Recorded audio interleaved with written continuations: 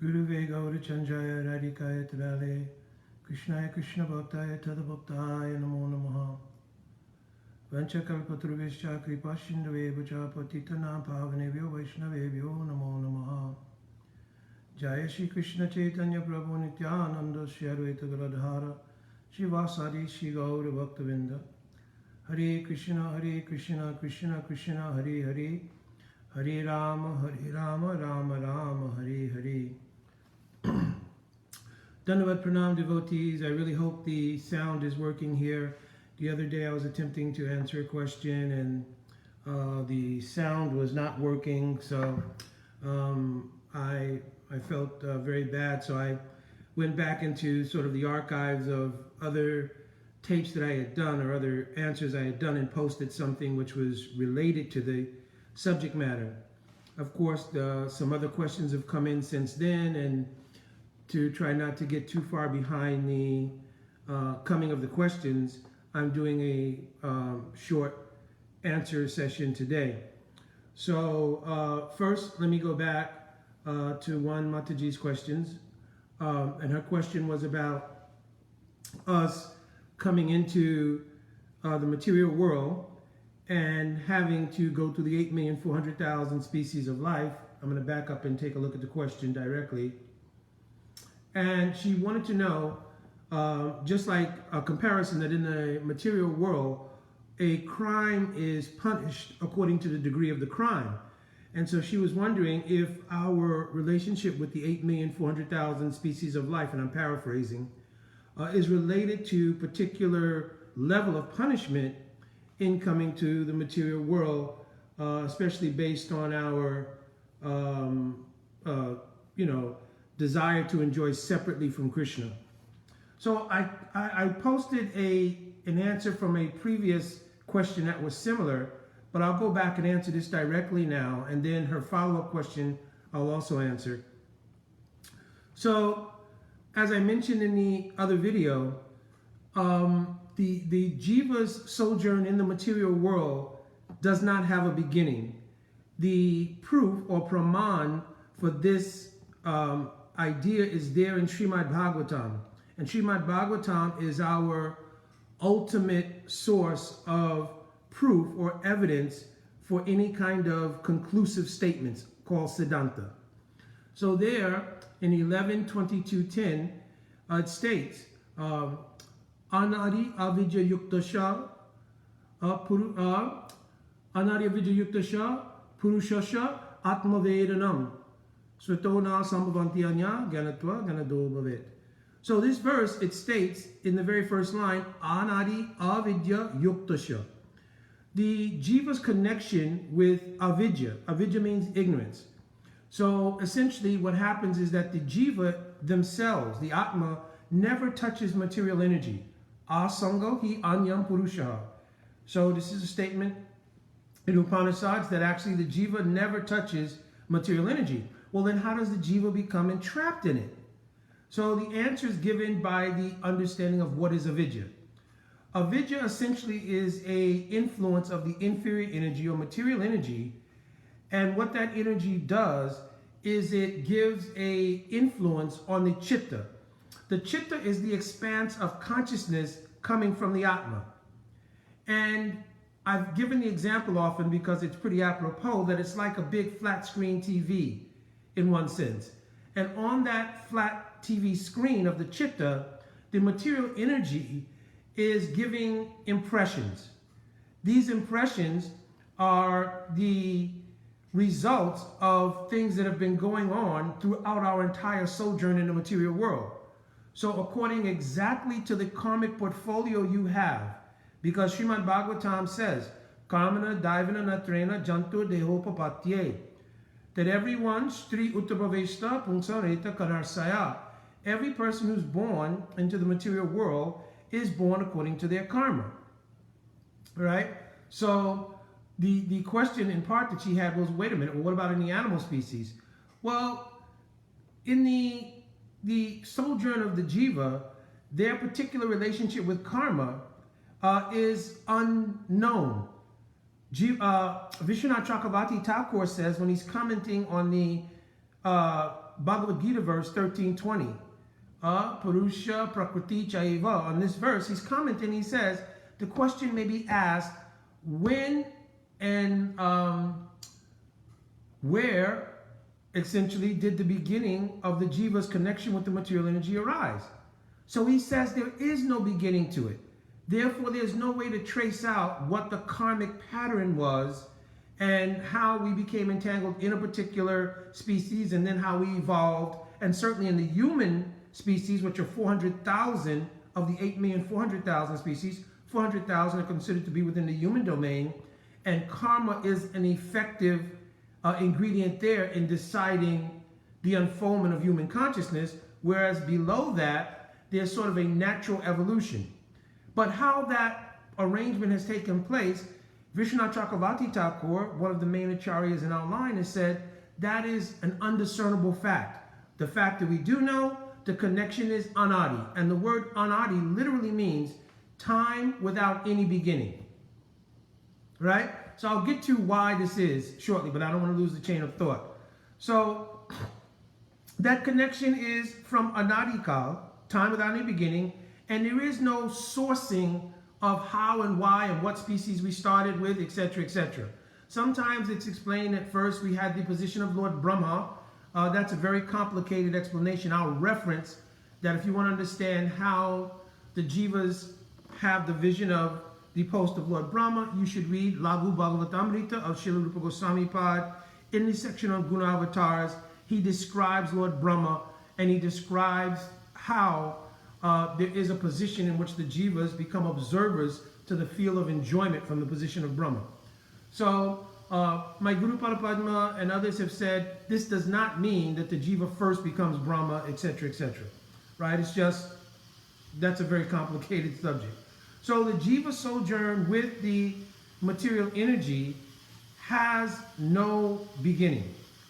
And the complications of what species they started with and so forth and so on, Vishwanath Chakravarti Thakur says that cannot be ascertained. Now, the real big question is, well, why would Krishna then select, because we know there are two categories of jivas, why would some jivas be selected to go to the material world and others be selected to enter into the spiritual world? That seems to indicate a partiality on the part of Bhagavan. That seems to indicate some injustice to those jivas who came into the material world, so to speak. But you need to understand one thing. Srila Bhaktivinoda Thakur has explained this in the 16th chapter of Jaiva Dharma.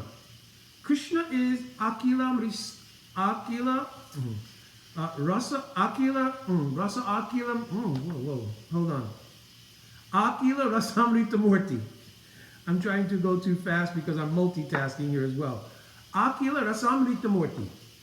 Therefore, because he is the fountainhead of all rasa, he has unlimited desires of various kinds of taste. And Chaitanya Charitamrita describes Songsa Vibhinangsha Rupa Hana Vishtar Ananta Vaikunte Brahmananda Kare Navihar. Because he has the tendency to enjoy rasa in such a wide variety, that expression of enjoying rasa happens in Ananta Vaikunte, means the spiritual world, and Brahmananda, meaning the material world. So actually the material creation is also a lila of Krishna. It is called Srishti Lila, the creation lila.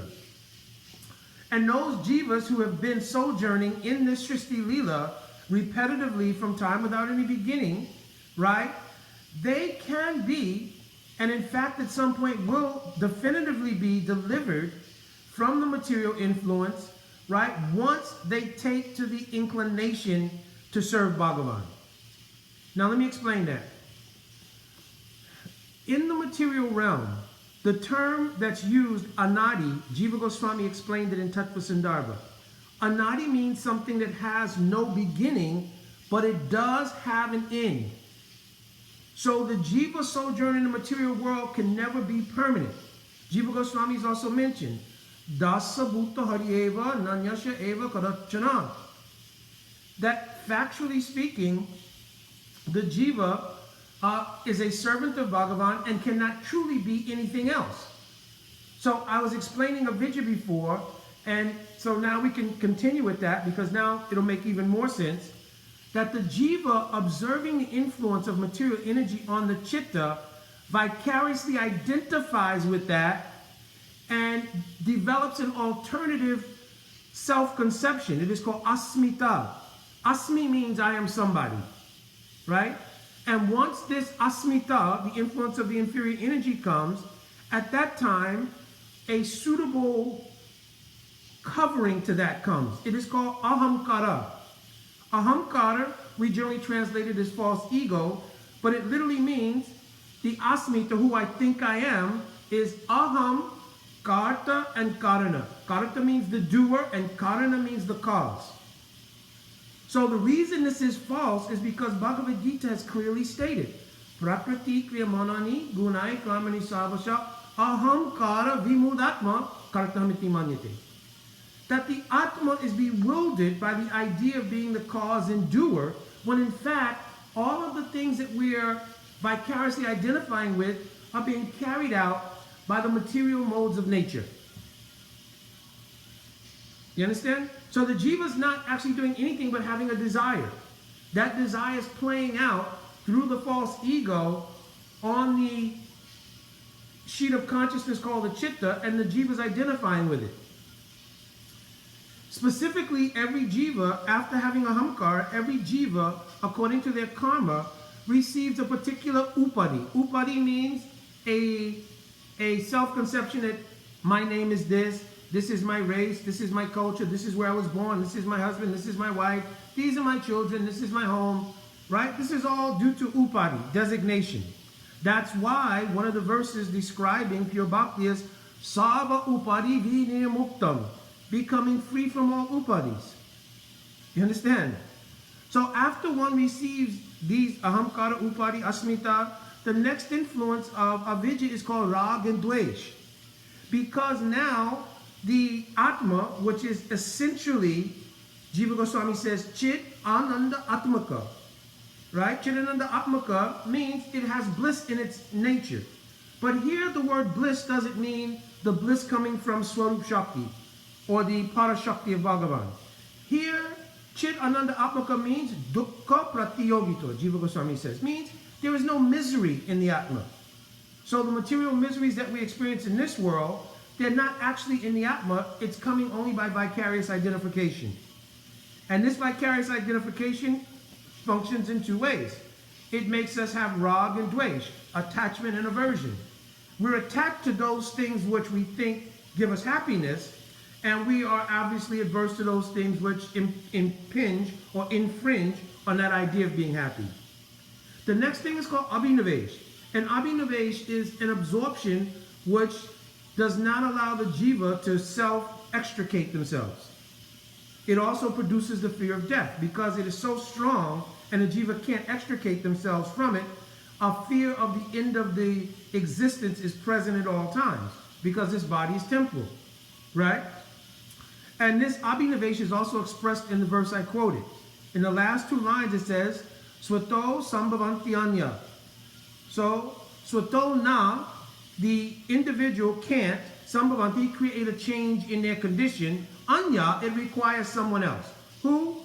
Gyanatva ganado bhavet. Someone who is Gyanatva means self-realized, and Gyanadha means Gyanatva, Ganado bhavet, they're inclined to help you, show their mercy by giving you that realization. Means Sri Guru or Sadhu. Understand? So this is why the jivas are in the material world. It is part of Bhagavan Srishti Leela, right?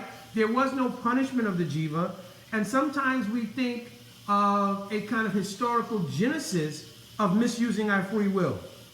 Oh, at some point in somewhere we misused free will and that's how we came. We really don't have to think back that far as misusing free will. What did we do yesterday? What did we do 2 hours ago? So the nature of being tatashta, the word tatashta literally means situated in a marginal position between the spiritual and material world. But we're not talking about a physical being situated. We're talking about a tendency or nature in the jiva. So if you look in Jaiva Dharma, when the question is being asked by Brajanath to Babaji Maharaj about the nature of being Tatashta, he calls it Tatashta Swabhav. In other words, he's asking what is this tendency in the jiva to be sort of adverse to Bhagavan, so to speak, and have their tendency for self-enjoyment. Well, that's a tendency in the jiva when the jiva is not imbued or endowed with Parashakti or Swarup Shakti. But again, no fear, because Bhagavan comes continuously in one avatar after another simply for the purpose of performing leelas that, if the jivas will become attracted to, ends their sojourn in the material world. It's expressed in the 10th canto of Bhagavatam. Anugrahaya bhaktanam manushinam dehinam ahastita. Bhajate tajasikritva yatshritva tatpuro bhavet. Bhavet in Sanskrit language is an imperative. And the imperative says, if you will hear the Harikatha of Bhagavan's various incarnations, it will in fact break your attachment to ignorance. And how will we hear it? From the lips of Guru and Sadhu. So the pure devotees, they will transmit that knowledge, or they will transmit the beauty of that Leela of Bhagavan, and by hearing it from them, our abhiman of being this person, that person, etc. in the material world is broken. So this is also one pastime of Bhagavan, saving the jivas. And if we want to begin the idea of perhaps being a little critical of Bhagavan, to say, well, why did you make me go through this? We should think, wait a minute. Bhagavan, as Antaryami, the super soul, has been with us also in every single species of life. As the super soul, he's traveled with us. Who has shown love to you like that? What friend, family member, anyone do you know will be with you in your very, very worst times? We have a limit, right, of what we call the worst times in material conception. But Bhagavan has been with you ongoing. You understand? So Bhagavan has showed you so much love. And your misuse of free will was not a genesis or an original thing. It is a tendency which is there maybe even to this moment if you are not Saranagit to Bhagavan and Guru. So that tendency can be broken when one, Brahmanda Brahmati Kon, Bhagavan Jeev, Guru Krishna Prasade Hoy, Bhakti Latabi. When Shri Guru is met, Sadhu is met, then their influence on the jiva allows that cycle to be broken. You understand?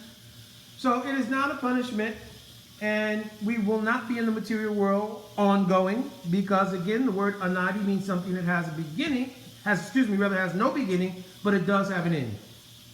So Jiva Goswami in Tattva Sandhava, he gave these definitions: what is anadi, what is ananta, what is nitya, and what is anitya. All right, I think I may have to end this here because I'm multitasking. I'm also preparing in part Takaji's offering for lunch and everything. So I'll dandavat pranam to devotees, and I will try to come back and catch up on the questions that I have missed. Mataji, I hope this was satisfactory. Of course, I saw that you did write me a follow-up question. You're free to continue to write those. And Prabhuji asked the question about service in Gurudev and how we practically implement that. I will try to get to that tomorrow, if not later on today. All right, my Dandavat Pranam. I'm praying devotees will bestow their causeless mercy on me, that I can have nishta for the service of my Guru Parapadma. And also, if any senior devotees are present, they may also comment and correct anything I may have said wrong or by mistake for my own edification as well. My Dandavat Pranam. Vanchakalpaturvishcha Kripashindavevacha Patitanam Pavanibhyo Vaishnavebhyo Namo Namaha. Jai Radhe Radhe.